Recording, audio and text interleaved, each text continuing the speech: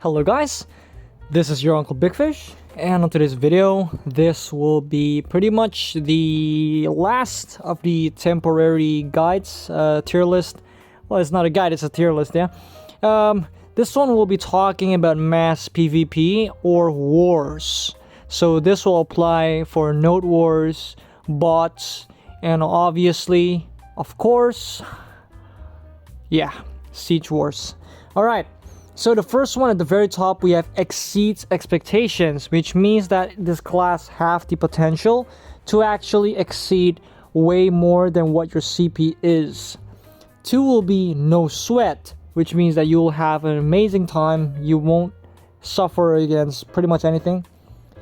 3 will be very good, as in this is a pretty good class. You won't actually have problems, although you might not actually be that happy, but at least you won't suffer.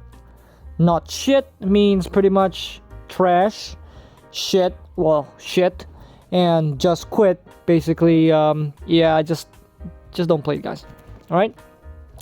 Okay, number 1, the very first one. Obviously, actually, I'm quite surprised that this class is actually not at the very bottom. This Fletcher is actually not shit. For the very first time, this class is actually not shit. Why? Because this class have amazing range. It's got good burst. Although the damage is low, but the skills come out quickly and you don't really have to commit to anything. So as long as you have a frontliner that can tank for you, tank most of the aggro, you will actually not have a difficult time playing Fletcher. So this is actually one of those classes that only lacks damage. In terms of everything else, he's pretty okay. The range is good, the damage is, well, shit, but aside from that, he will pretty much not shit. It can perform pretty okay. Next will be Archer. This will be a very circumstantial class. If your CP is high, this class will pretty much be over here. If your CP is low, it's probably gonna be here at best. Very good. This is a class that have one of the highest burst damage. This class have, if I recall correctly, this class is the 3rd in terms of highest damage in 5 seconds. So this class can deal a lot of damage very quickly, and so it doesn't need to stay in the proximity of the enemy for too long. And because of that, this class is really good. Well, the only problem with this class is, to be honest, the range, and it's not exactly a bulky class, so it does have some problems trying to stay alive. But if you do have a frontliner that can take the aggro, this class is pretty good. And if your CP is high, well, this class is pretty much here, way on top. Very high burst damage. If your CP is high, you will one-shot like 3 people with 1 skill. Next will be the Warlord. This is gonna be pretty much exceeds expectations. Very tanky class, deals a lot of damage, huge AoE, amazing sustain. It's your typical tank, but very high damage.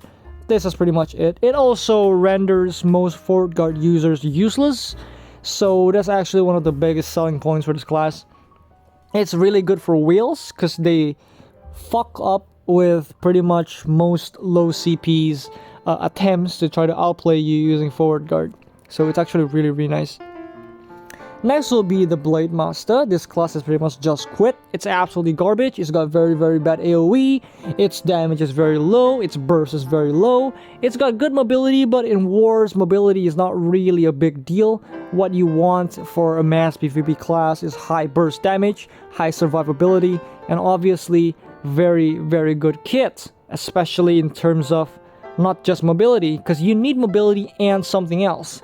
It's pointless to have a class that runs around, hard to kill, but doesn't really do much for the team.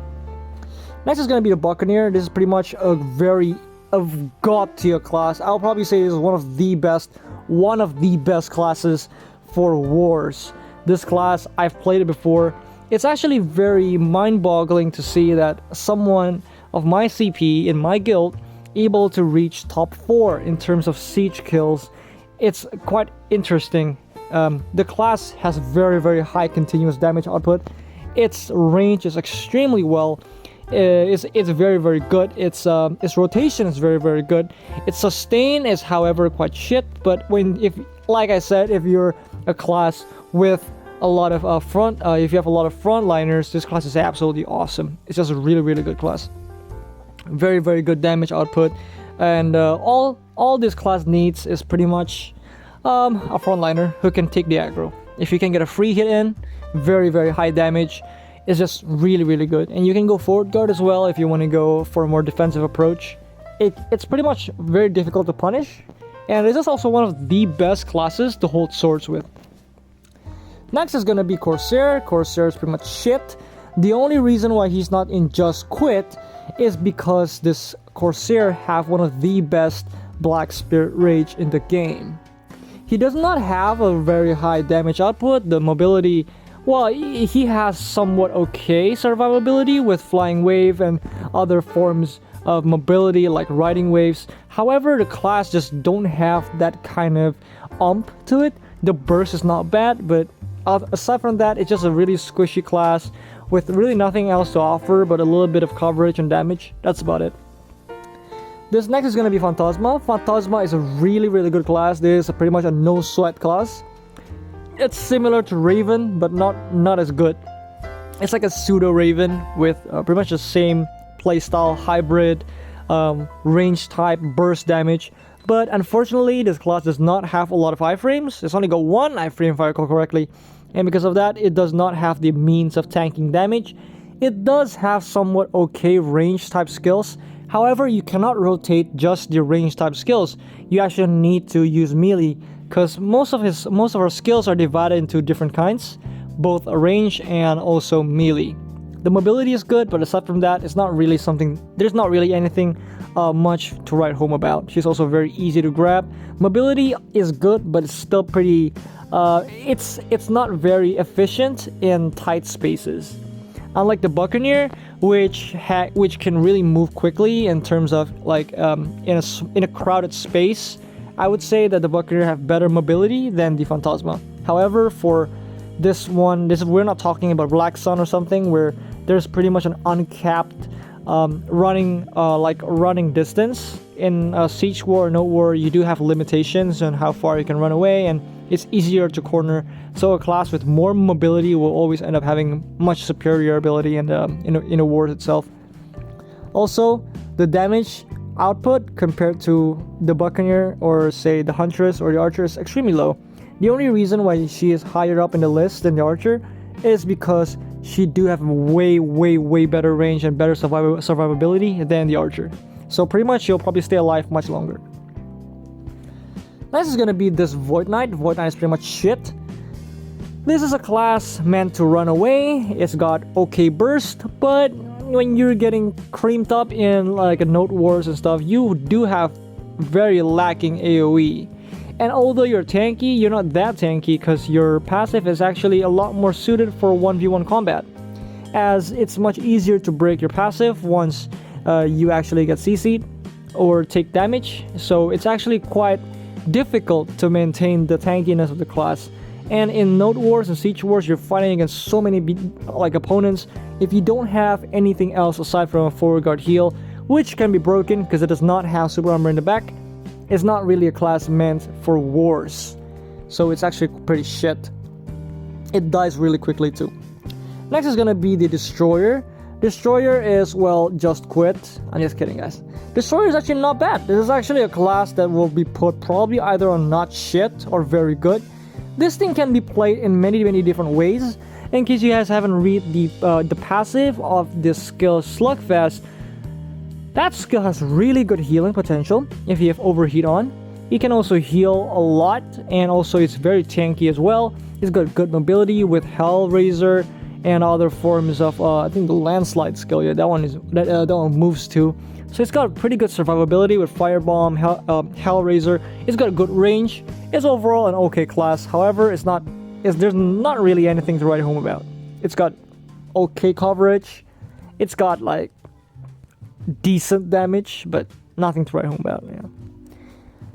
But definitely way better survivability than the Archer. So I'll probably put this one on top here. Next is going to be the Titan. Titan, in my opinion, is a top tier tank. This thing has very high sustain, one of if not the best sustain in the game.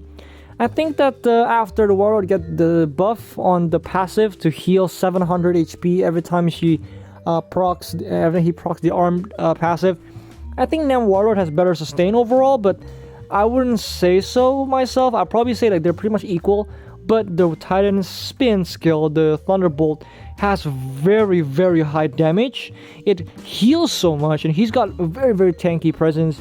He can take a lot of aggro. He's got a double grab, which is super broken in like wars and like all that. You can literally just lock the high CP and just lock him and drag him places. Because his grab is similar to a GM's version, which also drags the opponent to where you want to. It acts as a forced displacement, which is really, really good, especially when you're against a much higher CP. A Titan can lock a high CP for a long time, and if you have two Titans in your team, you can actually alternate between the two grabs. They actually coincide in terms of cooldown. So literally, when you have two Titans in your guild or in your team and you're against one whale, this whale will literally never, ever stand up. You can chain grab like anyone. It's just a really, really broken class.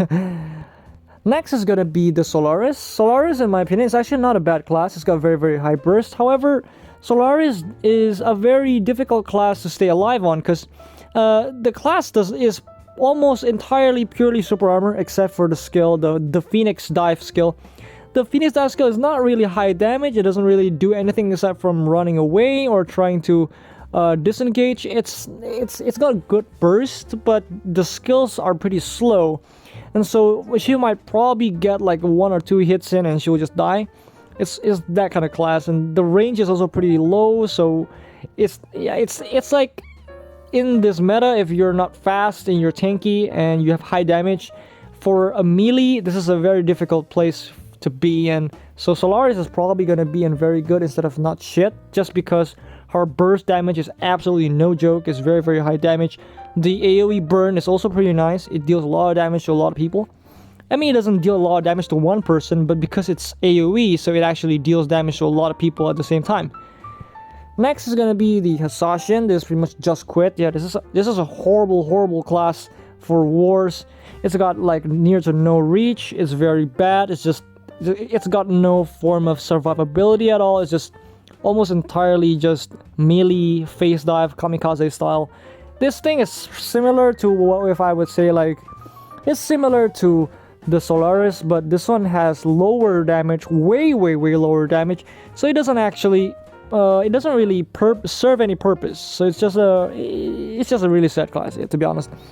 Next is gonna be the Kunoichi. This is gonna be the same, just quit. Horrible skills. Lack survivability, lacks damage, lacks she sucks. Crimson Lily, unfortunately, this thing is kind of a different way. It's kind of difficult to explain. This class have very good survivability because she heals every time she casts like 4 or 5 skills. However, she's very soft and her damage is very low. So because of that, this class just doesn't seem to serve any purpose. It doesn't really do anything as a support as well. It's just a really sad class. Lan, same thing, very low damage, very low survivability. It's just not a good class, unfortunately. However, if I may be so honest, I think Lan, because she got the buff and now she's pretty tanky, I think she can probably serve as not shit. Next is gonna be the Primrose. Primrose is a god tier support. This is not a class that you're supposed to be killing with. It's not a class that will kill you, but this is a class that enables her team. She pretty much ruins almost every class in the game by slowing them down through attack speed or movement speed. So it's a really good aggressive support, very good survivability. However, of course, she's pretty soft, and yeah, she has no damage. But as a support, this is a really good class, and I think a guild needs at least 5 Primroses in their roster just to stay relevant.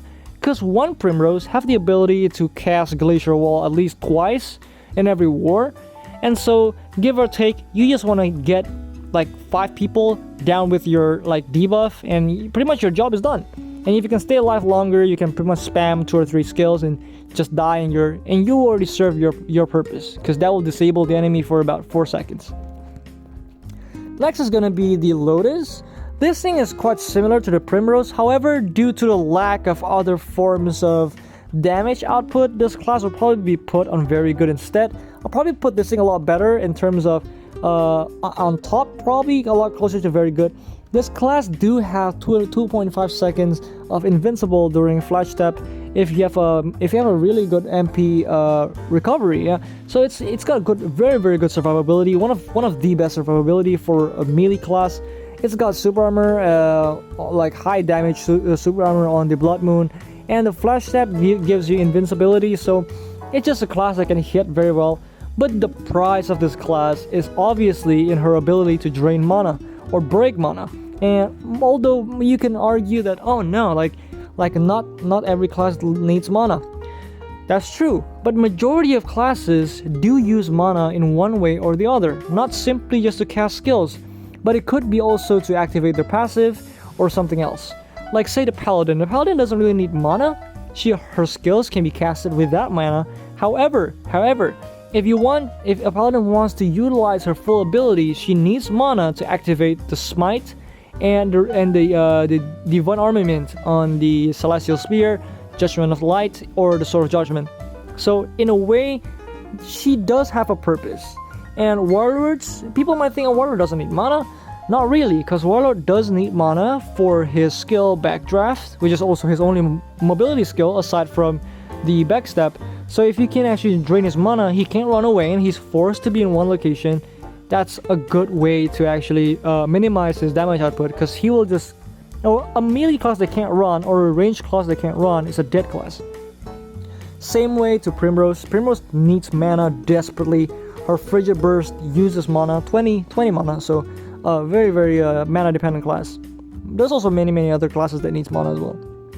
Next is gonna be the Mystic. This will be after the buff, so this Mystic now is actually really good. I'll probably put Mystic on No Sweat. This class has exceedingly high damage because she gets 2 Fury Dive now, so very high damage. It's just a really good class.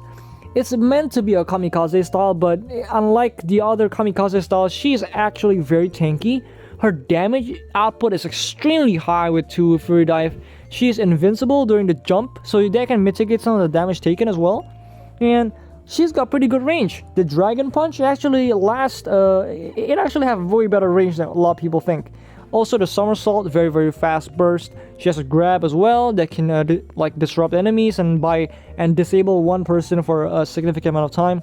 It's just a really good class for now, especially in wars where people are clumped up together. Like Fury Dive will definitely deal devastating damage to everyone in that area. Probably gonna put her in either No Sweat or Exceeds Expectation. Probably a lot closer to Exceed Expectation, to be honest. And I think she can fare a lot better than Warlord, I would say, because put it this way, they're both aggro takers. Like they are very high aggro class. They want to take aggro from the opponent, and like this is actually a much better class for the job because her punish is much higher than a Warlord, and she's much tankier as well. Her damage might not be as painful as Warlord in terms of more than 10 seconds, but in the first 5 seconds, she will deal more damage than the Warlord. So that's actually something that we need to think about. Very high damage class. Next is gonna be this Eclipse. This is pretty much a shit class. Very bad class. Yeah. One of the things that makes it bad is actually the fact that her riposte, one of her main skills, is FG locked. So you can't actually change your FG to SA, which is probably a lot more important for wars because you're fighting so many people, and your FG will get broken if you have no super armor. So super armor is probably the go-to for wars.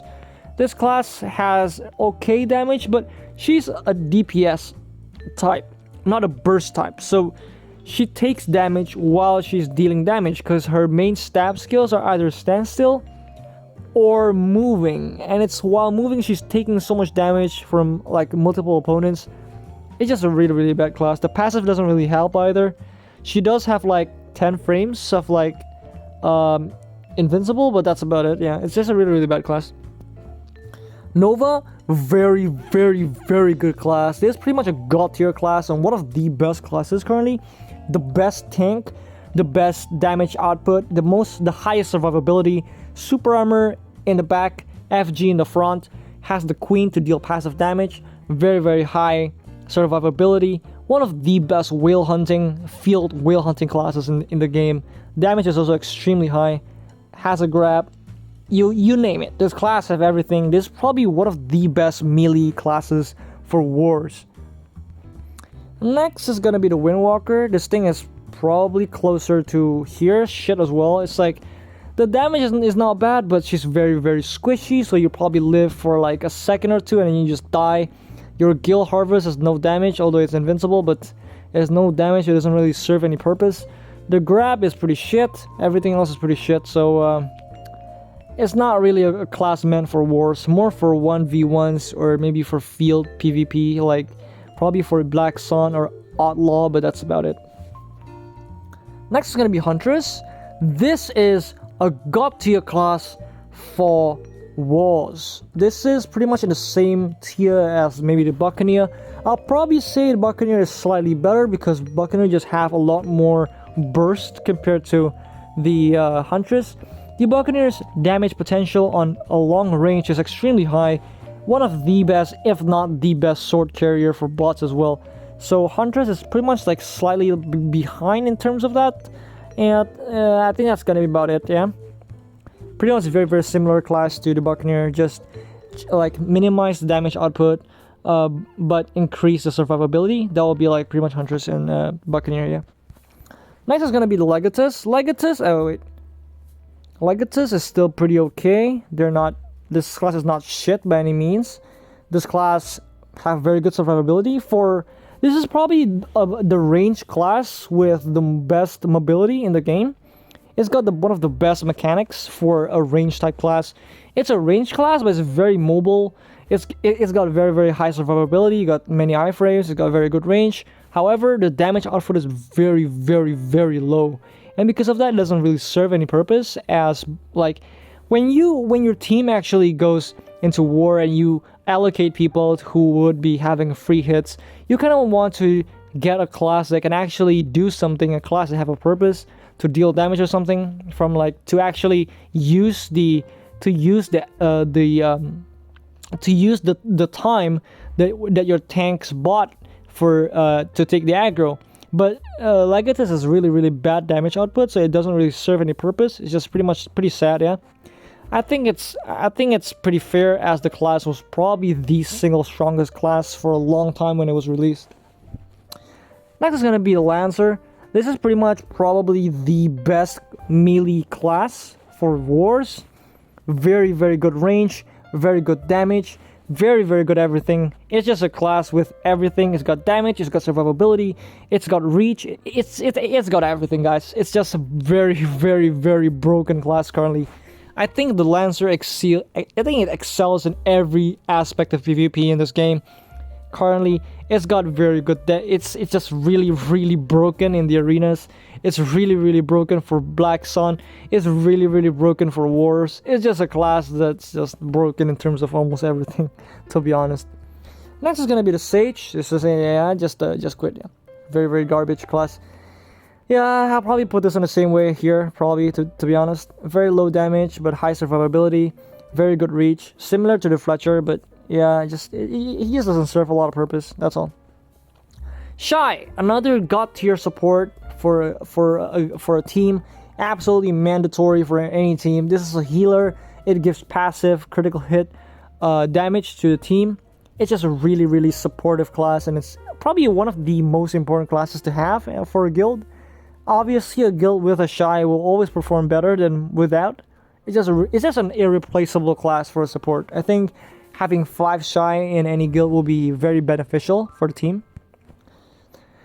Reaper, this is pretty much going to be put on not shit, just because she does have a lot of range type skills. So she can play pretty much from like a range. I'll probably put her somewhere on very, very good.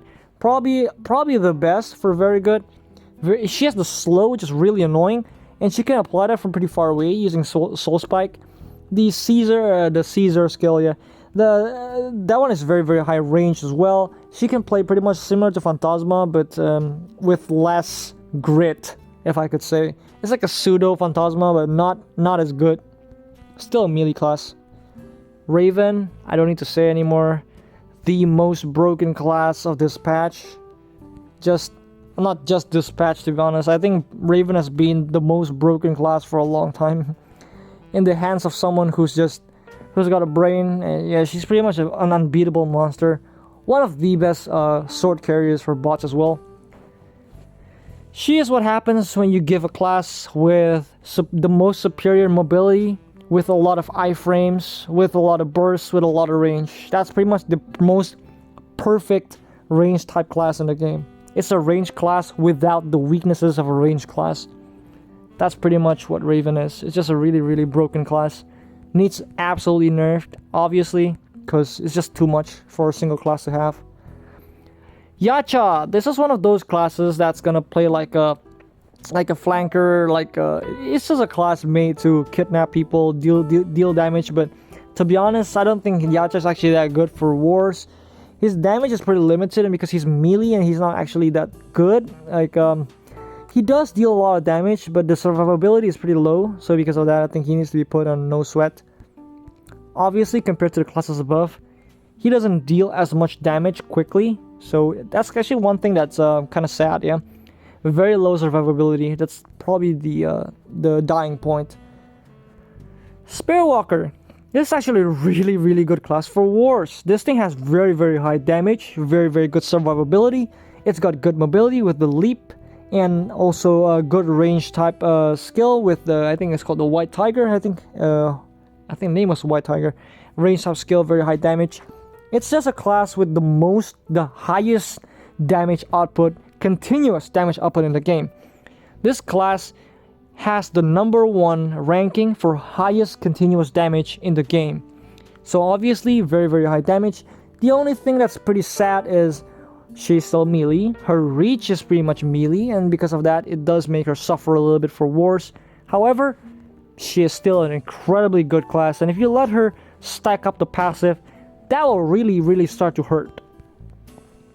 GM, obviously a melee, but not really, because Gil is very high range, very good reach, very good mobility, very high damage, very high burst, has a grab, very, very good grab, FG front, SA back, just perfect. Nothing can go worse than that. One of the best sword carriers for melee in the game as well, for bots as well, yeah.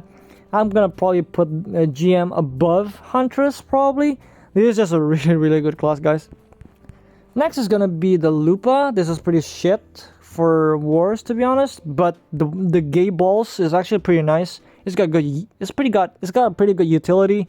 So it's just a class that's like, okay, we have you, that's not bad, all right.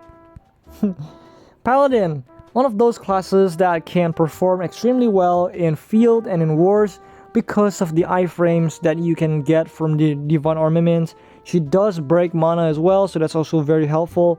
Very, very good burst damage. However, nothing too special, I would say. It's just okay, but not that good. Next is gonna be Berserker. The OG war class. Extremely high damage potential.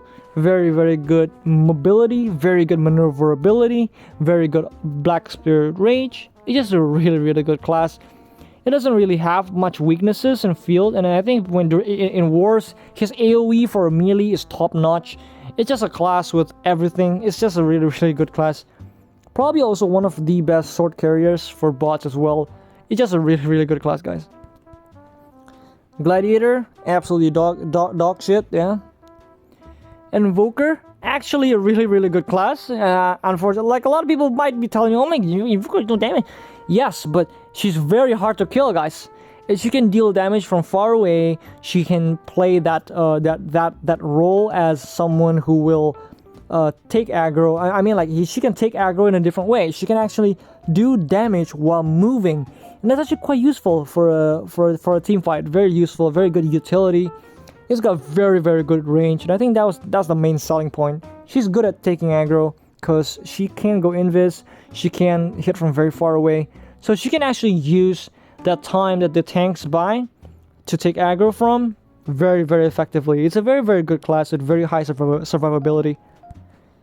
Archmage. This is one of those classes that's got everything except damage, similar to Fletcher, but I would probably rank her higher than Fletcher.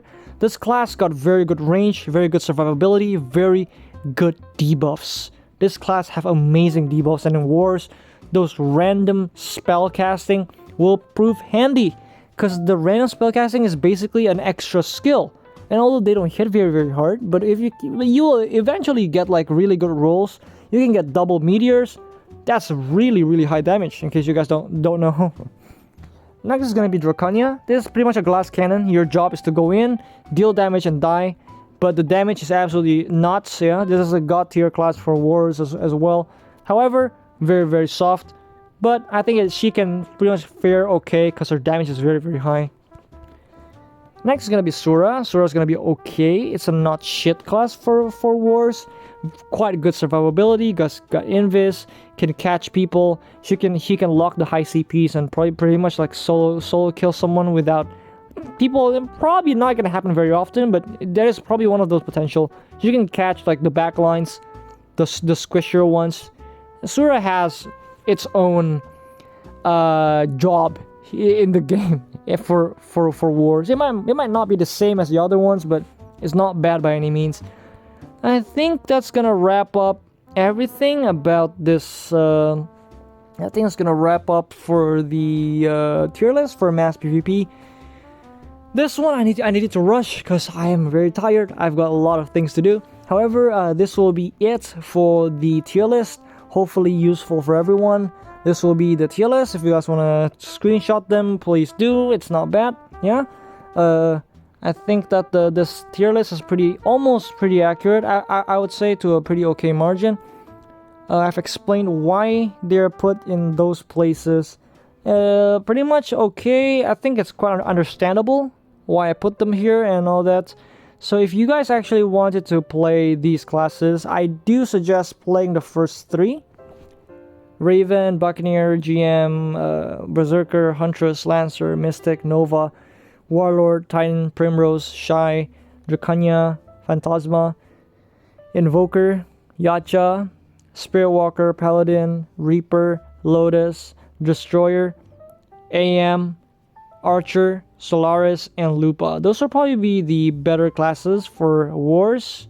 But aside from that, I think that the rest on the very bottom is not a class for you if you want to play wars, because they don't really serve much purpose. Whilst the one on top, on the top 3 here, are pretty classes that can somewhat work well. So I hope that you guys understand what we're coming from, and that's gonna be about it for today's video. Hopefully you guys enjoyed, and I'll see you guys again in the next one. The next video should be the... Wait, what was it? I think it's either the commentator showcase or the streamer showcase. I forgot. But that's gonna be about it, guys. I'll see you guys again soon. Bye.